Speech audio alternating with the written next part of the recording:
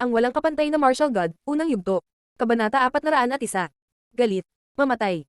Napuno ng malamig na boses ni Linfang ang kapaligiran. Pagkatapos ay umungal ang Winged Tiger at agad na inatake ang dalawang cultivator ng One Show Sect, sa isang kisap mata, nabasag nito ang kanilang mga ulo sa paste gamit ang mga paa nito at tumalsik ang dugo kung saan-saan. Nang makita ng ibang miyembro ng sekta ang pagkilos na iyon, sila ay natakot. Ang bawat isa sa kanila ay naging mapatla. Gusto nilang tumakas pero nanigas na ang mga paa nila, takot na takot sila. Napakadaling pumatay ng mga tao ng hayop na iyon, madali nitong napatay ang isang nagsasaka ng unang layer ng Zuan Qi, sa isang kisap mata, nakagat nito ang kanyang ulo gamit ang matatalas na ngipin, kaya napakadali para sa hayop na patayin. Sila ay mas mahina. Tumakbo. Natakot sila sa kamatayan ngunit ang tanging bagay na umalangaw sa kanilang mga kaluluwa ay isang salita. Tumakbo. Nagsimulang gumalaw ang kanilang mga paa at nagsimula silang tumakbo sa lahat ng direksyon. Ang pagtakbo sa iba't ibang direksyon ay magpapataas ng kanilang pagkakataong makatakas. Mamamatay kayong lahat, at pagkatapos nito, papatayin ko ang lahat ng may kaugnayan sa One Show Sect. Walang sino man ang makakatakas sa kanilang buhay. Sabi ni Linfang sa malamig na paraan. Walang makakatakas. Nais ng One Show Sect na patayin ang lahat ng taong may kaugnayan kay Linfang, kaya papatayin din niya ang sino mang may kaugnayan sa kanila. Kung sino man ang maglalakas loob na maglakad ng magkatabi sa mga miyembro ng One Show Sect, sila ay papatayin. Ang tunog ng isa pang ulo na dinudurog ng mga paa ng Winged Tiger ay kumalat sa hangin. Nakapatay na ito ng 8 tao mula sa One Show Sect. Nakakatakot ang bilis ng Winged Tiger, paano sila makakatakas? Sa maikling panahon, lahat ng mga taong dumating para patayin sina Jingyun at Duanfang ay patay na. Lahat sila ay pinatay ng Winged Tiger at hindi na kinailangan ni Linfang na gumalaw kahit isang beses. Malamig lang siyang nanonood ng palabas. Hindi niya kailangang makipaglaban sa mga ganoong tao. Towa. Ang may pakpak na tigre ay umungal sa masamang paraan. Ang bibig at mga paa nito ay natatakpan ng dugo ng mga biktima nito. Ang mga mata nito ay mukhang hindi kapani-paniwalang mabangis at malupit. Bukod sa mukhang mabangis at malupit, mukhang excited din ito matapos pumatay ng napakaraming tao. Ang Winged Tiger ay isang sinaunang mabangis na hayop, ang pagiging mabangis, malupit at uhaw sa dugo ay bahagi ng ugali nito. Ang pagiging masunurin at magiliw na alagang hayop ng pusa ang pinakamasakit nitong alaala. Gaano nakakatakot? Sina Duanfang at Jingyun ay nakatingin sa Winged Tiger. Matagal na nilang hindi nakita si Linfang at nakakapagtaka, isang nakakatakot na mabangis na hayop ang lumitaw sa gilid ni Linfang. Kuya Linfang, bilisan mo at bumalik sa Celestial Academy. Biglang sabi ni Duanfang. Tumanggo si Jingyun at sinabing, talaga, Linfang, napakaraming malalakas na cultivator ang nandoon, malamang na hindi sila kayang harapin ni na Mengqing at Lan Zhao. Huwag kang mag-alala. Halos sabay na sabi ni Linfang habang umiiling na parabang na-anticipate na niya ang sasabihin nila. Ganoon ba kadali ang pagpatay kay Mengqing? Bukod kay Mengqing na napakalakas, naroon din ang mga kapangyarihan ng akademya, kumbinsido si Linfang na sa Celestial Academy, walang maaring mangyari kina Mengqing at Lan Zhao. Si Duan Wuya ang pangalawang prinsipe, ang vice principal na si Longding at Yan Yuping Sheng ay hindi papayag na gawin ng mga miyembro ng One Show Sect ang gusto nila sa loob ng Celestial Academy. Lalo na, hindi nila hahayaang salakayin ng mga taong pinanggako ng prinsipe na protektahan. Sigurado si Linfang na kung magiging masyadong mapanganib ang sitwasyon, mamagitan sila at paprotektahan sila.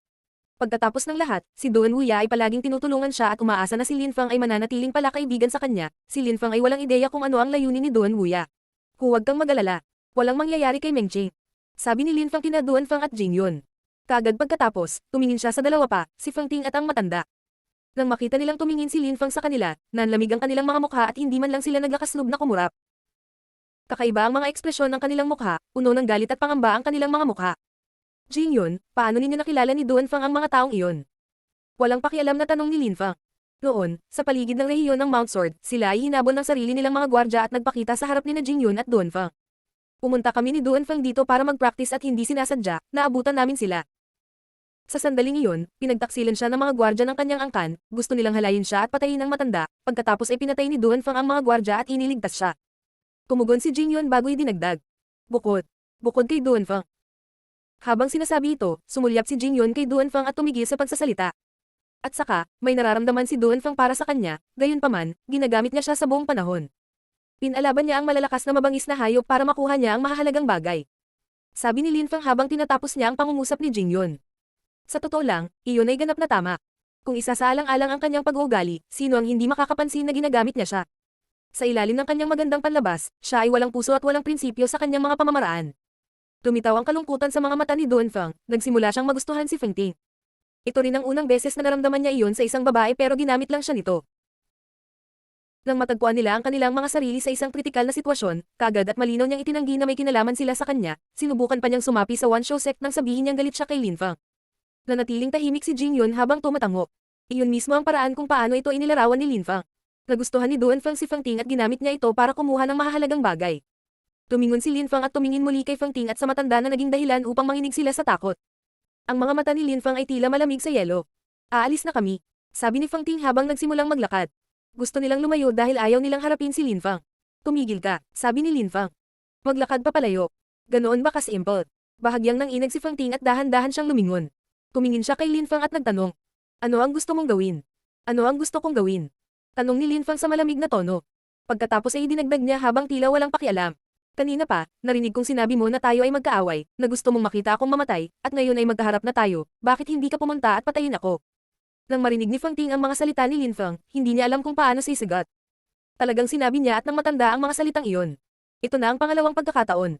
Sa unang pagkakataon na hinayaan kitang panatilihin ang iyong buhay. Sa pagkakataong ito, hindi ka man lang nagpapasalamat kay Duan Fang sa pagsadyap sa iyong buhay at higit pa doon ay ginamit mo siya para sa iyong sariling mga personal na interes. Pagkatapos, sa isang mapanganib na sitwasyon, sinubukan mong umalis ka agad. Paano ka tawa-tawa? Kung wala pa si Duan Fang, patay ka na. Sa pagkakataong ito, kung hindi ako dumating sa tamang oras, namatay na kayong lahat, sa makatuwid, utang ninyo sa akin ang inyong buhay. Pagkatapos ay dinagdag ni Lin Fang sa isang malamig na paraan. Sige, sapat na iyon. Pwede ka nang mamatay. Maaari kang mamatay ngayon. Ang mga salitang iyon ay nagpabago sa mga ekspresyon ng mukha ni Fang Ting at ng matanda. Tiningnan nila si Lin Fang sa malamig na paraan. Nakakagulat na gustong patayin sila ni Lin Fang. Lin Fang, kapatid. Nang marinig ni Duan Fang si Lin Fang, siya ay natigilan. Pagkatapos ay sinigawan niya si Lin Fang. Kahit na ginamit siya ni Fang Ting, malulungkot pa rin siya kapag namatay siya. Duan Fang, may mga bagay na maaaring patawarin, may mga bagay na hindi kailanman mapapatawad. Ginamit kanya at ang nararamdaman mo, niligtas mo ang buhay niya tapos sinubukan kanyang saksakin sa likod nung naging delikado na ang sitwasyon, hindi kakayanin ang mga ganyang bagay. Sabi ni Lin Fang sa mahinahong paraan habang ibinaling ang ulo kay Duan Fang. Pagkatapos ay nagpatuloy siya. Pinili nilang hayaan kang mamatay upang iligtas ang kanilang sarili kapag ang sitwasyon ay naging mapanganib, hindi sila nagpakita ng kititing na pasasalamat. Ang mga ganyang tao ay hindi karapat-dapat mabuhay. Nakatingin si Lin Fang sa malambot at malambing na mukha ni Duan Fang, pagkatapos ay mariing sinabi. Sila ang pinakakasuklam-suklam na uri ng mga tao. Kailangan mong maunawaan ang mga dahilan kung bakit ako nagkakaganito. Kailangan mong maunawaan na sa mundong ito, wala kang utang sa sinuman, walang pangangailangan na gumawa ng mga bagay para sa ibang tao nang walang kapalit. Gayunpaman, kung ang isang tao ay gumawa ng isang bagay para sa iyo dahil sa purong altruismo, dapat mong ipakita ang pasasalamat at pahalagahan sila, dahil walang sinuman ang may utang sa iyo. Ang mga iniisip ni Lin Fang ay simple, iyon ang mga patakaran ng walang puso at walang emosyon na mundo ng paglilinang. Wala pang utang si Duan Fang sa kanya ngunit iniligtas niya ang kanyang buhay at sa huli, hindi ito pinahalagahan ni Fang Ting, hindi gaanong ibig sabihin ng hindi pagpapahalaga, ngunit ang problema ay sinaksak pa niya ito sa likod. Pagkatapos ng lahat ng ito, bakit sa mundo ay may pakialam pa rin si Duan Fang sa kanya? Nakagawa siya ng mga bagay ng walang pasubali at ganito ang iginanti niya sa kanya. Nang marinig ni Duan Fang si Lin Fang, nanatili siyang tahimik. Hindi niya naisip ang mga ganoong bagay ng ganoon kalalim. Kayong dalawa, pwede kayong magpakamatay o ako mismo ang papatay sa inyo. Sabi ni Lin Fang na malamig at nakahiwalay na nagpasindak kay Fang Ting at sa matanda. Papatayin talaga sila ni Lin Fang. Nakikita ko na hindi mo gagawin ito ng mag-isa. Sabi ni Lin Fang na mukhang naiinis, ang kanyang mga mata ay puno ng pagkasuklam at puot. Ang mga taong iyon ay walang puso at walang prinsipyo, kinasusuklaman ni Lin Fang ang mga uri ng mga tao na nagtaksil sa kabaitan ng iba. Ang silweta ni Lin Fang ay kumikislap at nawala siya sa kanyang orihinal na posisyon. Si Fang Ting at ang matanda ay mukhang takot na takot. Kaagad pagkatapos, nakakita sila ng masamang liwanag na kumikislap sa harapan nila at pagkaraan ng isang segundo, tahimik na bumagsak ang kanilang mga katawan sa lupa.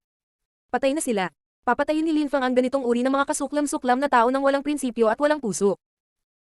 Walang puso ang mundong iyon, nagmamalasakit din si Lin Fang sa kanyang mga kaibigan at pamilya, kailangang mamatay ang mga nang-ahas na saktan sila o yaong mga nagbigay ng panganib sa buhay ng kanyang mga kaibigan. Ang walang kapantay na martial god, unang yugto. Kabanata 402, Mengqing. Sa Celestial Academy, masigla ang kapaligiran. Maraming tao ang nagtipon at nakataas ang kanilang mga ulo habang nakatingin sa langit. Sa kalangitan, may mga maringal na mabangis na hayop, naglalabas sila ng ilang hayop na chi. Ang kanilang mga mata ay tila malamig sa yelo at may mga magsasaka na nakasakay sa kanilang mga likuran. Mayroong 12 tao, lahat sila ay miyembro ng One Show Sect. Sa kanila, mayroong 8 tao na medyo bata pa, malamang na lahat sila ay mga pangunahing disipulo. Ang One Show Sect ay napakabilis na lumawak at ang kanilang lakas ay napakapangit.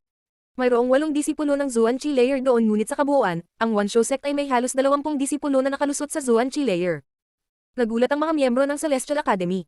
Ang One Show Sect ay tiyak na nararapat na ituring bilang isa sa mga pinakama-impluwensyang grupo sa Zuyu. Mas marami silang mga disipulo ng Zuan Chi Layer kaysa sa Haoyu Sect, sa Luozia Sect o sa Ice and Snow Mountain Village. Tila nagbangon ang mga henyo nitong mga nakaraang taon. Sinabi na noong nakaraang taon, 7 disipulo ang nakalusot sa Zuan-Chi layer sa Wan Shou sect. Ito ang panahon kung saan ang mga henyo ay magsisimulang ipakita ang kanilang mga sarili. Ang mga patakaran ng mundo ng paglilinang ay nakakaintriga. Napabuntong hininga ang ilang tao. Sa Zuyu, bawat 10 taon ay tila may magandang panahon bago ang kompetisyon kung saan maraming mga henyo ang magpapakita ng kanilang sarili. Tuwing 10 taon, marami sa kanila ang pinapatay hanggang sa iilan na lang ang natitira sa mga tumataas na henyo, iyon ang mga nangungunang henyo. Hindi lang nagkataon na ang panahon ng mga henyo ay palaging nangyayari sa panahon ng Great Competition ni Zuyu. Hindi lang ito nangyayari sa Zuyu, talagang nangyari ito sa lahat ng 13 bansa ng Zuyu. Sa sandaling iyon, 1 taon na lang ang natitira bago ang Great Competition ng Zuyu at ang mga henyo ay nagsimula ng magpakita ng kanilang sarili bilang paghahanda. Gaya ng inaasahan, maraming nakayukong tigre at nakatagong dragon sa Zuyu, sumibaw sila na parang mga sanga pagkatapos ng ulan sa tagsibol. Biglang naisip ng ilang edukadong tao ang nangyari sa nakaraan habang nagbubuntong hininga. Nagkaroon din sila ng katulad na karanasan noong nakaraan. 19 na taon na ang nakararaan, 4 na henyo ang lumitaw at para bang nabaligtad ang langit at lupa. Ang isa sa kanila ay nawala matapos mabuklod. Ang isa ay tumigil sa paggamit ng kanyang espada, ang isa pa ay nagtayo ng kagubatan na may sakit sa pag-ibig at hindi nagpakita ng kanilang sarili. Ang huli umano sa 4 ay ang taong kasalukuyang namumuno sa bansa, sa mga sandaling iyon, siya ang nasa likod ng mga kortina, kumokontrol sa lahat sa loob ng bansa. Napakaraming tao namin, hindi magiging patas ang pakikipaglaban sa isang mahinang babae na tulad mo. Taslasin mo lang ang iyong mga pulso at magpakamatay. Papayagan ka naming mamatay ng may dignidad. Sabi ng isang boses sa sandaling iyon at umalangaw sa hangin. Napatingin tuloy ang maraming tao sa mahina at maselang mukhang babae. Nakasuot siya ng snowy white na damit, mukha siyang dalisay at banal na parang isang celestial na nilalang. Kahit na gustong patayin siya ng mga lalaking iyon sa langit, gusto nilang mapanatili niya ang kanyang dignidad. Kalmadong sinulyapan sila ng babaeng iyon sa malamig at hiwalay na paraan. She didn't seem affected at all na parang walang makakaapekto sa nagyayelong puso niya. Walang makakaapekto sa kanya, iisang tao lang ang makakatunaw ng puso niya. Ang taong iyon ay halata si Linfang. Tanging si Linfang lang ang makakatunaw sa nagyelo na puso ni Mengqing. Kahit na gusto ng mga taong malapit sa kanya na makita kung ano ang itsura niya nang wala ang kanyang pinong belo sa kanyang mukha, hindi siya kailanman magpapakita sa kanila. Malinaw na gustong makita ng karamihan si Mengqing. Talagang kakaiba si Mengqing sa iba pang mga babae, mukha siyang celestial na nilalang. Siya ay nasa itaas ng mortal na mundo. Ang mas ikinaintriga nila ay hindi nila makita ang kanyang mukha. Maraming tao ang desperado na makita ang kanyang maselang mukha, kahit minsan lang. Walang pakialam si Mengqing sa kanila, itinaas niya ang kanyang ulo, ang kanyang mga mata ay tila malamig at hiwalay. Nakakunot ang noo ng nagsalita at mukhang masama ang loob. Napakaraming tao ang dumating upang labanan si Mengqing. Mayroong 2 dahilan, ang una ay dahil narinig nila na si Mengqing ay hindi mahina at ang mga ordinaryong cultivator ng Zuan-Chi layer ay hindi kayang talunin siya. Bukod dito, may isa pang dahilan, gusto nilang takutin ng mga tao at sabihin sa lahat na kung sino man ang manggahas na pukawin ng Wan Shou sect, kahit sino pa sila, papatayin nila sila at lahat ng kanilang mga kaibigan at pamilya. Ang mga kahihinat na ng pagkakasala sa Wan Shou sect ay nakapipinsala. Gusto ng Wan Shou sect na ipakita sa lahat kung gaano sila naging matatag at maibalik ang prestihiyo na nawala sa kanila noong insidente sa Mount Sword. Ang 12 cultivator na iyon ay mabangis at matapang, kaya nilang baligtarin ang buong Celestial Academy. Kinakausap kita, bini ka ba? Bibigyan kita ng pangalawang pagkakataon, laslasin ang iyong mga pulso at mamatay ng may dignidad o bababa ako at papatayin ka, ngunit masisiguro ko sa iyo na kung kikilos ako, mamamatay ka sa ilalim ng kalunos-lunos na mga pangyayari. Pagbabanta ng kausap lang, mas naging agresibo ang boses niya. Si Mengqing ay mukhang walang emosyon gaya ng dati, sinulyapan niya siya ng malamig at hiwalay na paraan. Nanatili siyang tahimik at hindi gumagalaw. Hinamak siya ni Mengqing, minamaliit niya ang mga taong katulad niya. Humihingi ka ng isang masakit na kamatayan. Sabi ng tao habang hinahatak ang mahabang mukha. 2 beses na niyang binigay ang kanyang alok at 2 beses siyang hindi pinansin ni Mengqing na nagmukhang tanga. Paanong hindi siya magagalit? Yanbai, pumunta ka at patayin mo. Ayokong isipin ng mga tao na kami, mga miyembro ng Wan Shou sect, ay mga api ng mahinang babae. Nakatingin kay Yanbai ng mga sandaling iyon ang nagsalita. Nakalusot si Yanbai sa unang layer ng Zuan-Chi ngunit itinuturing na isang partikular na malakas na cultivator para sa kanyang antas. Kaya malinaw na ang taong iyon ay hindi basta-basta pinili si Yanbai. Roger, matanda. Sagot ni Yanbai. Sumunod siya, puno ng excitement ang mga mata niya. Siya ay nagsasanay sa lahat ng kanyang kakayahan sa lahat ng kanyang mga taon at sa wakas ay nakalusot sa Zuan-Chi layer. Ang kanyang pangalan ay naiugnay bilang isang henyo at oras na para ipakita niya sa iba kung gaano siya kalakas. Nais niyang maalala ng lahat sa Imperial City ang kanyang pangalan. Ayokong isipin ng mga tao na ako, si Yanbai, ay nananakot ng mga babae, para magawa mo ang unang hakbang. Sabi ni Yanbai habang humahakbang pasulong at bumababa mula sa langit. Sinulyapan niya si Mengqing, malinaw na napakaganda niya sa nakikita niya, kung hindi ginasto ng Wan Shou sect na mamatay siya, gusto sana niyang iwasan ang pakikipaglaban sa ganoong kagandahan. Hinding-hindi mo ako mahahawakan ng ganito kabilis. Hindi ka makakalaban sa akin. Sabi ni Yanbai nang makita niya kung gaano kabagal ang paggalaw ni Mengqing, umiling siya. Napakabagal ng paggalaw ni Mengqing. Inilipat ni Meng Qing ang kanyang kamay ng napakabagal sa hangin. Ang kanyang mapatla at manipis na kamay ay tila hindi nananakot. Kehe, mahina. Sabi ni Yan Bai habang nakangiti ng walang pakialam. Gayunpaman, sa sandaling matapos siyang magsalita, agad na nawala ang kanyang ngiti, isang hindi kapanipaniwalang lamig ang tumagos sa kanyang mga buto, napakalamig na nagsimula siyang nanginginig mula ulo hanggang paa. Ang mukha ni Yan Bai ay lubhang nagbago. Ang bestial na chi ay nagsimulang umikot sa kanyang katawan at kumilos upang labanan ang lamig, ngunit ang pinaka nakakatakot ay noong malapit na itong mabangga sa yelong chi, bigla itong umatras na parang natakot ang hayop na si Chi. Umalis. Naisip ni Yan Bai. Ang lakas ni Meng Qing ay hindi kapanipaniwala. Ang lamig ng kanyang enerhiya at parang magyayelo ang kanyang katawan. Gotcha. Sinalakay ng transparent na yelo ang kapaligiran. Bumalik si Yan Bai, ngunit pagkatapos ay nagsalita si Meng Qing ng isang salita. Seal. Nang matapos siyang magsalita, na-freeze si Yan Bai. Ang pagkilos na iyon ay nagulat sa lahat. Ang cultivator na iyon ng Zuan Chi layer ay frozen solid. Hindi tumigil sa paggalaw si Meng Qing, ang kanyang makinis at magandang katawan ay patuloy na nanginginig. Muli niyang itinaas ang kanyang kamay at muling pumunta kay Yan Bai. Maglakas loob ka ba? Sigaw ng galit na boses. Isang cultivator ng Zuan Chi layer sa isang hayop ang tumalon sa Hanjin at bumaba patungo kay Meng Qing. Pagkatapos ay sumuntok siya sa hangin na lumikha ng isang malakas na unos na lumipat patungo kay Meng Qing. Mawala. Sigaw ng namamaos na boses sa sandaling iyon. Tapos may lumabas sa crowd. Ang taong iyon ay may malakas na apoy na nagninangas sa kanilang kamay at isang kamao na napapaligiran ng apoy ang bumbero sa kapaligiran patungo sa taong iyon na bumababa sa halimaw. Boom! Isang napakalakas na pagsabog ang nagpayanig sa kapaligiran. Ang bumababa mula sa langit ay itinulak pabalik sa kanyang orihinal na posisyon. Kung tungkol sa umatake sa kanya, nanatili siyang hindi natinag. Gotcha! Isang tunog ang bumasag sa katahimikan at ang bloke ng yelo na si Yan Bai ay nabasag sa apat na bahagi. Ang katawan ni Yan Bai ay nahati sa apat na magkakahiwalay na bahagi. Mabilis siyang pinatay ni Meng Qing. Ang walang kapantay na martial god, unang yugto. Kabanata 403, Pagkabaliw. Galit. Ang mga miyembro ng One Show Sect ay namangha. Napatay si Yan Bai, nakakagulat na pinatay siya ni Meng Qing. Nakita ng lahat ng miyembro ng sekta na nangyari ito ng kanilang mga mata, ngunit lahat sila ay hindi napigilan. Sino ka? Nagtanong ang marami sa grupo sa taong pumihil sa ibang miyembro ng One Show Sect na makialam. Matandang lalaki iyon. Siya ay mukhang ordinaryo, ngunit ang apoy na chi ay kumikislap sa kanyang katawan. Kapag sinabi mo na ang One Show Sect ay hindi nang aapi ng mga babae, malamang na sinadya mo na susugurin mo siya ng sunod-sunod, habang kinakalaban na niya ang iyong mga miyembro. Ito ang mga moral na prinsipyo ng One Show Sect. Biro ng matanda na parang nakita niyang katawa-tawa ang mga iyon. Nang marinig siya ng mga miyembro ng One Show Sect, lahat sila ay naghilamos ng mahabang mukha. Pinahiya lang niya ang mga ito, inanunsyo lang nila na hindi sila nananakot ng mga babae, ngunit pagkatapos ay sinubukan nilang iligtas ang kanilang kapwa-disipulo sa pamamagitan ng pag-atake sa kanya ng biglaan. Sino ka? Tanong ng taong namumuno sa grupo mula sa One Show Sect habang nakatingin sa matandang lalaki mula sa langit. Malamang na napakalakas ng matandang iyon, isang sandali bago, ang chi na kanyang pinakawalan ay naglalaman ng kapangyarihan ng ikatlong layer ng Zuan Chi, na nangangahulugang ang matanda ay may katulad na lakas sa kanya. Ngunit ang grupo mula sa One Show Sect ay nagdala ng tatlong cultivator ng ikatlong layer ng Zuan Chi, kaya wala silang pakialam sa kanya, ipinahiya niya ang One Show Sect at mamamatay siya dahil dito. Hindi mo kailangang malaman kung sino ako. Ang kailangan mo lang malaman ay magkaaway tayo at hindi magkaibigan. Diretsyong sabi ng matanda, na lalong ikinagalit ng mga miyembro ng One Show Sect. Karaniwang sabik na sabik ang mga tao na makipagkaibigan sa kanila, kahit para lamang pasayahin sila, ngunit siya pagkakataong iyon, sinabi pa lang ng matanda na magkaaway sila. Mga kaaway. Sabi ng elder ng One Show Sect habang malamig na nakangiti. Kahit na medyo may talento ka, ikaw ang iyong cultivation, hindi ka makakaasa sa iyong kasalukuyang lakas para harapin kaming lahat at paano kung sumali din ako? Hindi pa tapos magsalita ang matanda nang may kumalat na boses sa kapaligiran at may lumabas na tao mula sa karamihan. Isa pa itong matandang lalaki, ngunit mukhang mas bata siya ng kaunti at may pulang buhok na kasing pula ng sikat ng araw. Ha? Ang mga miyembro ng One Show Sect ay nakasimangot. Labis silang nagalit. Ano ang nangyayari?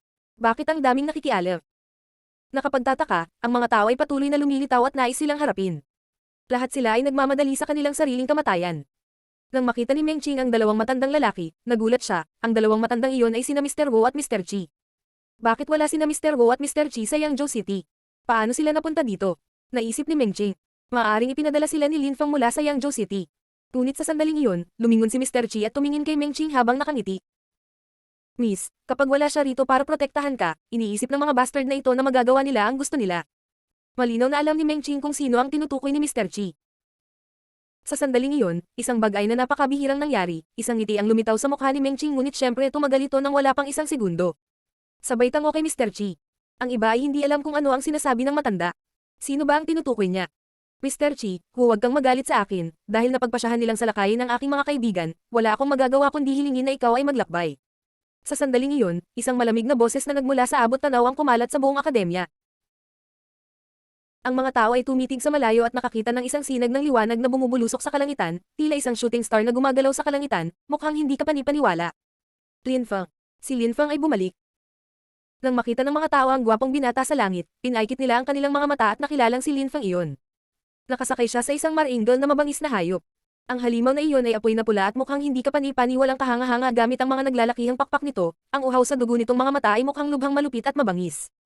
Makikita ng isa na ito ay isang pambihirang halimaw na may isang sulyap lamang. Ang karamihan ng mga tao sa Celestial Academy ay nakita na si Lin Feng sa nakaraan. Naramdaman nila na ang Lin Feng, na nakasakay sa isang hayop sa sandaling iyon, ay mukhang mas misteryoso at mature kaysa noong huli nila siyang nakita. Mukha rin siyang mas determinado at walang awa. Nakatingin din si Meng Qing kay Lin Feng sa kanyang mabangis na hayop. Isang mainit at malambing na ngiti ang lumitaw sa kanyang karaniwang walang emosyong mukha. Parang nagyelo ang oras sa sandaling iyon at walang ibang umiral kundi ang ngiti niya. Nakikita niya na ang binata na pinoprotektahan niya sa nakaraan ay naging sapat na upang protektahan ang sarili, handa itong simulan ng pagprotekta sa kanya. Si Meng Qing ay naiinip na inaabangan ang araw na talagang mapoprotektahan siya ni Lin Feng. Kumbinsido din siya na hindi na niya kailangang maghintay pa. Nakikita niya na si Lin Feng, hakbang-hakbang, ay lumalakas. Maaga o huli, mababawasan na niya ang tingin sa mundo mula sa langit. Mukhang malapit na magkaibigan si Lin Feng at ang dalawang matandang lalaki. Mukhang nagulat ang karamihan. Tila mas misteryoso si Lin Feng kaysa sa una nilang naisip. At saka, hindi ba siya dapat ay isang lone wolf na walang background, bakit may mga tao dito na sumusuporta sa kanya? Sa katunayan, dahil sila ay dumating sa atin, hindi natin dapat sayangin ang pagkakataong ito. Sabi ni Mr. Chi sa malamig na tono. Tumingin siya kay Lin Feng. Nagsimulang kumislap ang kanyang mga mata nang makita ang sinaunang mabangis na hayop na iyon, mukha itong may pakpak na tigre. Matagal na nilang hindi nakita si Lin Feng at muli siyang bumuti. Siya ay umuunlad ng napakabilis, ang kanyang likas na kakayahan ay napakapangit. Mukhang tama ang pinili ni Mr. Wu nang magpasya siyang sundan siya. Lin Feng at ang kanyang mga kaibigan ay kumilos ng labis na mayabang. Naisip ng karamihan nang marinig nila sina Lin Feng at Mr. Chi. Medyo nagulat sila, nagtataka sila kung bakit kumpiyansa si Lin Feng.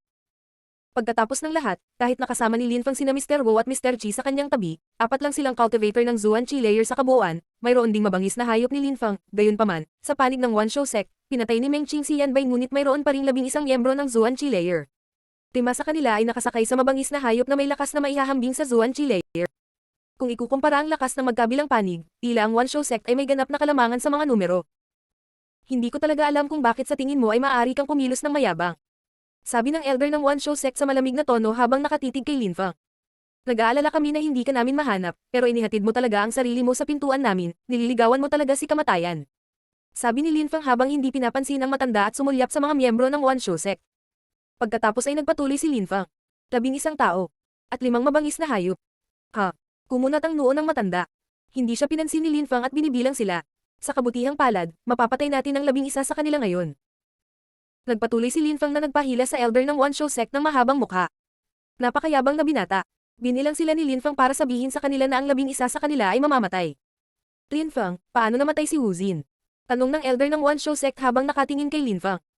Alam nilang lahat na patay na si Wu Jin ngunit iniisip pa rin nila kung paano. Hindi sila naniniwala na si Lin Feng ang taong pumatay kay Wu Jin dahil masyado silang naniniwala sa kapangyarihan ni Wu Jin at minamaliit si Lin Feng. Mga tanga, walang pakialam na sabi ni Lin Feng. Bahagya siyang gumalaw at sa isang iglap, nag-transform siya sa isang sinag at nawala sa kanyang orihinal na posisyon, naiwan ang elder ng One Shou sect na nakatingin sa bakanteng espasyo habang hinihila ang isang mahabang mukha. Isang mabangis na ekspresyon ang lumitaw sa mga mata ng matanda. Si Lin Feng ay tumalon mula sa kanyang winged tiger at lumipat sa tabi ni Meng Qing na pagkatapos ay ngumiti sa kanya ng isang maningning na ngiti. Tumingin din si Lin Feng sa kanya ng may malambing na tingin, pagkatapos ay sinabi niya. Pumunta sila para patayin ka, kaya mamamatay silang lahat, wala ni isa sa kanila ang maliligtas. Naniniwala ako sa'yo. Sumagot si Meng Qing na may napakagandang ngiti sa kanyang mukha. Mapoprotektahan talaga siya ni Lin Feng mula ngayon. Hinigpitan ni Lin Feng ang kanyang kamao kaya't ang kanyang mga buto ay naglabas ng mga basag na tunog. Pagkatapos ay itinaas niya ang kanyang ulo, ang kanyang mga mata ay biglang naging walang emosyon at malamig, ang kanyang mga mata ay naging itim at ang chi sa paligid ng kanyang katawan ay naglalabas ng layuning pumatay. Pagkatapos ay sinulyapan niya ang mga miyembro ng One Shou sect, nang makita nila ang dalawang nakakatakot na itim na mata, lahat sila ay nakaramdam ng matinding takot na nagpang-inag sa kanila. Mr. Wu, Mr. Chi, tulungan mo akong isecure ang lugar, huwag hayaang tumakas ang kahit isang tao. Sabi ni Lin Feng sa malamig na paraan na ikinagulat ni Mr. Wu at Mr. Chi. Tumingin sila kay Lin Feng at agad na ngumiti. Nakahanda na siyang patayin ang lahat ng mga magsasaka na iyon ng mag-isa. Si Lin Feng ay hindi kapanipaniwalang agresibo at dominante. Hindi talaga ako makapaghintay na makita kung gaano siya kalakas. Mukhang nasa sabik sina Mr. Wu at Mr. Chi. Naunawaan nila na kung kumpiyansa si Lin Feng, ito ay dahil may dahilan siya para magtiwala. Dahil ganito ang pagsasalita niya, bibigyan sila ni Lin Fang ng magandang palabas. Bukod dito, nangangahulugan din ito na tiwala siya na kaya niyang talunin ang 11 cultivator ng Zuan Chi Layer at 5 Zuan level beast ng mag-isa. Sa makatuwid, sila ay nasa sabik at naniwala sa kanya. Sige, Lin Fang, sisiguraduhin natin ang lugar. Sagot ni Mr. Chi. Kaagad pagkatapos, humakbang siya at tumalon sa ere. Kaagad din ginawa ni Mr. Wu sa kabilang panig. Ang dalawang matandang iyon ay tila napunta sa isang posisyon na pipigil sa mga miyembro ng One Show Sect na makatakas. Ang walang kapantay na martial god, unang yugto. Kabanata 404, lakas. Nagtiwala talaga sina Mr. Wu at Mr. Chi kay Lin Fang. Sa sandaling iyon, ang kanilang mga mata ay napuno ng nagniningning na ningning. Gusto talaga nilang makita kung paano nilayo ni Lin Fang na patayin ng 1 dosenang cultivator ng Zuan Chi Layer. Ang batang iyon ay bumalik na may ilang mga bagong sorpresa para sa aming matatandang lalaki upang tamasahin. Sa isip ni Mr. Wu habang nakangiti ng pilit. Si Lin Fang ay mabilis na unlad. Nagkaroon na siya ng kumpiyansa na lumaban sa napakaraming malalakas na magsasaka ng mag-isa. Nagulat ang mga tao, gusto lang niyang pigilan ng dalawang matandang lalaki ang mga kalaban sa pagtakas. Nais ni Lin Fang na labanan ang napakaraming cultivator at mabangis na hayop ng mag-isa. Papatayin niya silang lahat dahil sa pag-target sa kanyang kasintahan. Ang lahat ng miyembro ng Celestial Academy ay nakaramdam ng labis na pagmamalaki matapos makita ang mga aksyon ni Lin Fang. Lahat sila ay naiinip na makita kung paano binalak ni Lin Fang na patayin ang lahat ng mga taong ito, kung gagawin niya, gaano ito kagulat. Ang bawat miyembro ng One Show Sect ay humahatak ng mahabang mukha. Masyado silang minamaliit ni Lin Fang. Gusto niyang patayin silang lahat mag-isa, pinapahiya niya silang lahat. Ang kumikilos bilang pinuno ng grupo mula sa One Show Sect ay pinanood si Lin Fang na umangat siya hangin at malamig na sinabi kay Lin Fang. Lin Fang, dati maganda ang tingin ko sa iyo, hindi ko akalain na ikaw ay maglakas loob na ipagmalaki ang kahihiyan. Ngayon, bibigyan kita ng nararapat na kamatayan. Talaga, Elder, hayaan mo akong pumunta at patayin siya. Sapat na ang isang tao. Sabi ng isa sa mga binata mula sa One Show Sect habang nasa sabik sa ideyang labanan si Lin Fang na minamaliit sila. Nahihiyabang nagyayabang. Tumiti si Lin Fang sa malamig na paraan habang gumagawa ng bahagyang pagkumpas ng kamay. Sa isang iglap, umungal ang Winged Tiger at kumikislap ang kanyang mga pakpak. Ang imahe nito ay naging anino at naglaho sa orihinal nitong posisyon. Ito ay gumagalaw upang patayin ang isa sa mga miyembro sa gilid ng grupo. Hayop, maglakas loob ka ba? Nang makita nilang biglang umatake ang Winged Tiger, nagulat sila, napakabilis nito. Marami sa grupo ang biglang sumugod sa pagtatangkang harangin ito. Roar. Ang Winged Tiger ay biglang nagsimulang bumulaga ng apoy mula sa bibig nito na umatake sa mga nagtatangkang hamarang dito. Kasabay nito, ang naglalakihang nagninangas na pulang pakpak nito ay pumutok at ang Winged Tiger ay gumalaw sa paligid nila, lumilipad sa ibang direksyon. Ang mga mata nito ay puno ng nagbabadyang kislap. Habang inaatake ng Winged Tiger ang grupo, sumugod din si Lin Fang. Habang maraming tao ang nakatutok sa Winged Tiger, lumingon sila at napansin na hindi na nila makita si Lin Fang, nawala na siya. Isang cultivator ng unang Zuan Chi Layer ang biglang lumingon sa kanyang ulo na parang may naramdaman siya at sa isang iglap ay nagbago ang kanyang ekspresyon sa mukha. Nakita lang niya si Lin Fang na gumagalaw patungo sa kanya sa hindi kapanipaniwalang bilis. Ang sumusunod sa likod ng figure ni Lin Fang ay isang napakatalom na espada na si Chi. Umalis. Iyon lang ang nasa isip niya ng mga sandaling iyon. Gayunpaman, ang isang nagsasaka ng unang Zuan Chi Layer ay may kakayahang tumakas mula kay Lin Fang. Mamatay. Sigaw ni Lin Fang sa malalim na boses. Katulad ng hangin, agad na dumating si Lin Fang sa kanyang harapan, itinaas niya ang kanyang daliri at tinusok ang bungo ng mga magsasaka gamit ang kanyang daliri. Pash! Isang butas na nagsimulang bumuhos ng dugo ang lumitaw sa ulo ng taong iyon at mukhang nagtataka pa rin ang mukha nito. Unti-unting bumagsak ang kanyang katawan. Siya ang unang namatay. Lin Fang. Galit na sigaw ng isang miyembro ng One Show Sect nang makita niyang pinatay ni Lin Fang ang isa sa mga kapwa nila disipulo. Galit na galit siya. Roar. Ang Winged Tiger ay umungal muli, mabilis itong bumalik sa orihinal nitong posisyon kasabay ng paglayo ni Lin Fang sa grupo ay napuno ng sariwang dugo ang bibig ng Winged Tiger. Tilang umunguya pa ito sa utak, pag-aari ito ng isang mabangis na hayop mula sa One Show Sect. Ilang sandali bago, ang Winged Tiger ay tumusok sa ulo ng isang mabangis na hayop at nakuha ang utak nito na ngayon ay nilalasap. Nang makita ng mga tao ang resulta ng unang pagtatagpo, sila ay namangha at nagsimulang tumibok ang kanilang mga puso. Sa isang kisap mata, ang One Show Sect ay nawalan ng isang magsasaka at isang mabangis na hayop. Parehong malakas si Lin Fang at ang Winged Tiger. Iyon ay isang Winged Tiger. Naisip ang elder ng One Show Sect na ang ekspresyon ng mukha ay lumalamig. Panay ang titig niya sa Winged Tiger. Ang isang sinaunang mabangis na hayop lamang ang maaaring gumawa ng aura na uhaw sa dugo at malupit. Ang isang sinaunang mabangis na hayop lamang ang maaaring pumatay ng mga hayop na may parehong antas sa isang nakaka-relax na paraan. Ito ay isang sinaunang mabangis na hayop, isang Winged Tiger. Nagulat din ang mga tao. Napagtanto din ng ilan sa mga tao na ang halimaw na iyon ay kamukha ng mga sinaunang mabangis na hayop sa mga talaan. Parang may pakpak na tigre. Napakagaling. Nakakagulat na napaamo ni Lin Fang ang isang sinaunang mabangis na hayop. 10 tao, 4 na hayop. Sabi ni Lin Fang na ikinagulat ng mga miyembro ng One Show Sect. Panay ang titig nila sa kanyang itim at walang emosyong mga mata.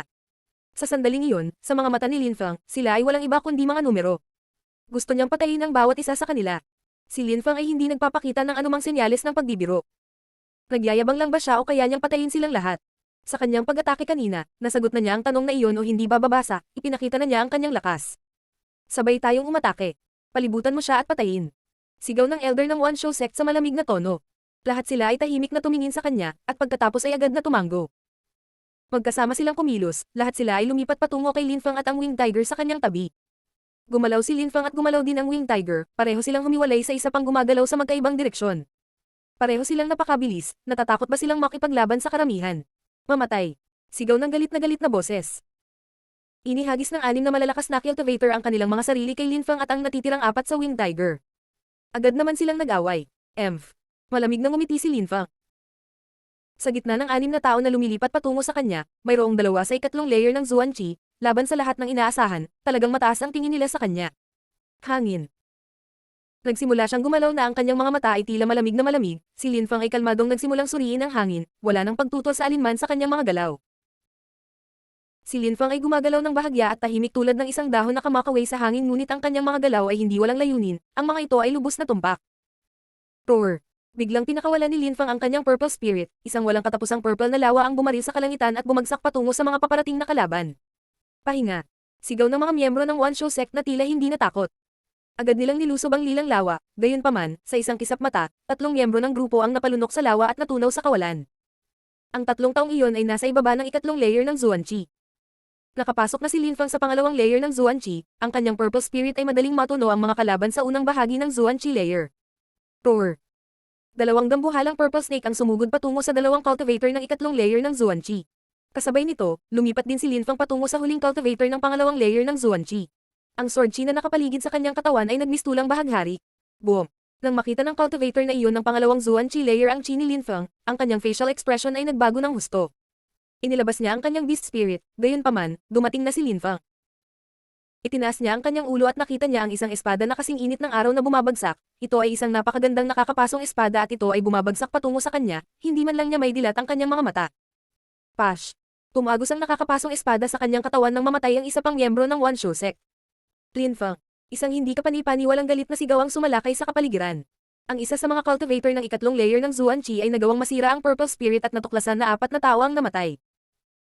Siya ay hindi kapani-paniwalang galit at naglalabas ng isang nakamamatay na enerhiya habang siya ay naniningil sa kalangitan. Sinulyapan siya ni Lin Fang nang walang pakialam at hindi siya pinansin. Sa halip, lumipat siya patungo sa mabangis na mga hayop sa hindi kapani-paniwalang bilis. Ang karamihan, habang nakatingin sa labanan sa langit, ay may pakiramdam na sila ay inis. Sa maikling panahon, naging napakalakas na ni Lin Fang, nakakatakot. Ang mga cultivator ng Zuan Qi layer ay parang mga insekto sa kanyang harapan. Sa mga mata ni Lin Fang, ang mga taong ito ay naglalakad ng mga bangkay. Dahil dumating sila na may intensyon na patayin si Meng Qing, nagpa siya si Lin Fang na papatayin niya ang bawat isa sa kanila, wala ni isa sa kanila ang maliligtas. Ang bilis naman. Gumagalaw siya na parang hangin. Kahit ang daming tao, may impresyon sila na para siyang ilusyon sa hangin. Makakagalaw kaya ang isang cutter?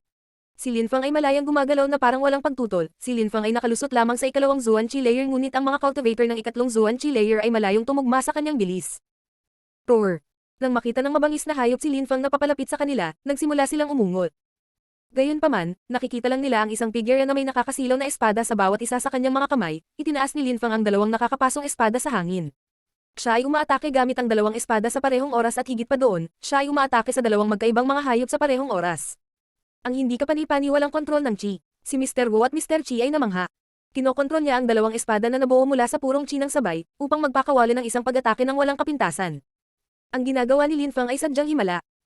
Mas malakas pa siya sa akin ngayon. Sabi ni Mr. Wu habang nakangiti ng pilit.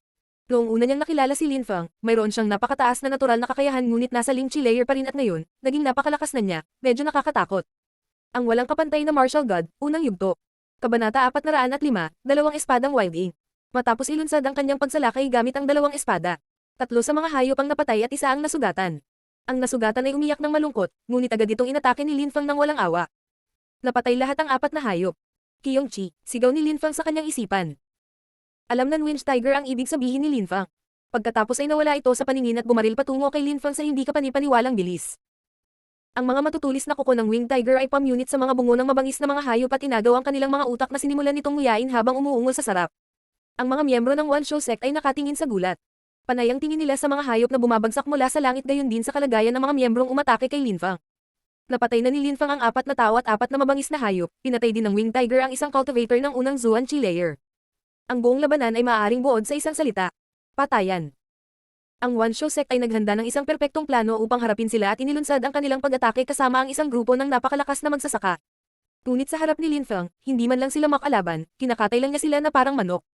Ang karamihan ay nag-iisip ng milyong posibleng resulta ng labanan, ngunit palagi nilang iniisip na si Lin Fang ay masyadong mahina para makipaglaban sa kanila. Ang nangyayari sa sandaling iyon ay hindi maisip. 5 tao. Sabi ni Lin Fang sa malamig na tono. Ang One Show Sect ay dumating kasama ang 12 malalakas na cultivator at nagdala ng 5 Zuan level beast kasama. Sa sandaling iyon, 5 tao na lamang ang natitira mula sa makapangyarihang puwersang iyon. Siyempre, ang 5 natitirang magsasaka ay ang pinakamalakas din sa grupo. 3 sa kanila ay nasa ikatlong layer ng Zuan Chi at 2 ay nasa pangalawang layer ng Zuan Chi. Ang 5 taong iyon ay mas mahirap pakitunguhan kaysa sa mga namatay. Walang sino man ang maaaring umasa sa kahihinatnan ng labanan. Pagkatapos ng lahat, si Lin Fang ay hindi nakapatay ng isang cultivator ng ikatlong layer ng Zuan Chi sa panahon ng labanan. Ano man ang kahihinatnan, si Lin Fang at ang kanyang Winged Tiger ay nagulat na sa mga tao. Ang kanyang ginawa ay lampas sa kanilang inaasahan. Naging agresibo at mayabang si Lin Fang dahil may lakas siyang kumilos ng ganoon, hindi siya walang hiya na nagyayabang, talagang may lakas siyang tingnan ng buong grupo nila.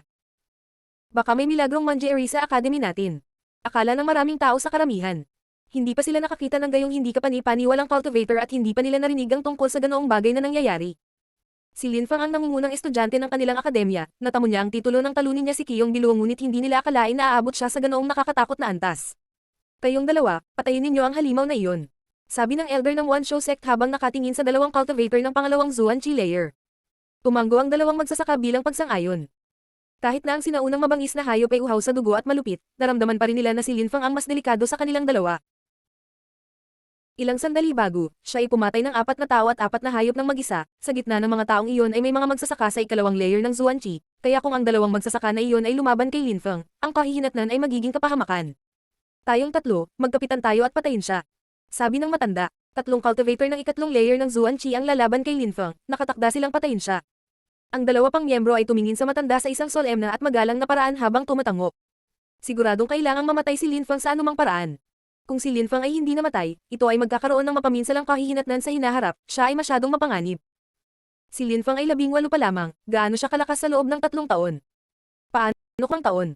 Hindi ba magkakaroon ng kapangyarihan si Lin Fang na tanggalin ang One Show Sect sa mga ugat? Gamitin mo lahat ng lakas mo, huwag magpigil ng kahit ano. Sabi ng matanda na parang walang tiwala. Kaagad pagkatapos, pinakawalan niya ang kanyang espiritu at lumitaw ang isang itim na espiritu na tila isang tunay na hayop. Gayunpaman, sa ilusyon na iyon, mayroong 2 maliliit na mata, sila ay tumingin sa hayop na masama. Matalas ang 2 mata na iyon, masasamang mata. Anong klaseng beast spirit yan? Naisip ang karamihan habang nakatingin sa espiritu. Malaki ang katawan ng ilusyong iyon, ngunit maliit at singkit ang 2 mata na iyon, parang mga mata ng baka. Kaagad pagkatapos na palayain ang kanyang espiritu, naglabas ang elder ng isang napakalakas na chi, tila napaka-agresibo nito. Kasabay nito, ang 2 pang magsasaka ay naglabas din ng kanilang mga espiritu. Ang isa sa kanila ay may masamang espiritu ng tigre na nagpapakawalan ng isang agresibo at brutal na enerhiya, habang ang isa naman ay naglabas ng malaahas na espiritu na naglalabas ng isang mamamatay na enerhiya. Ang 3 malalakas na cultivator na iyon ay nagpakawalan ng kanilang espiritu, hindi sila magsisikap, kailangan nilang patayin si Lin Fang.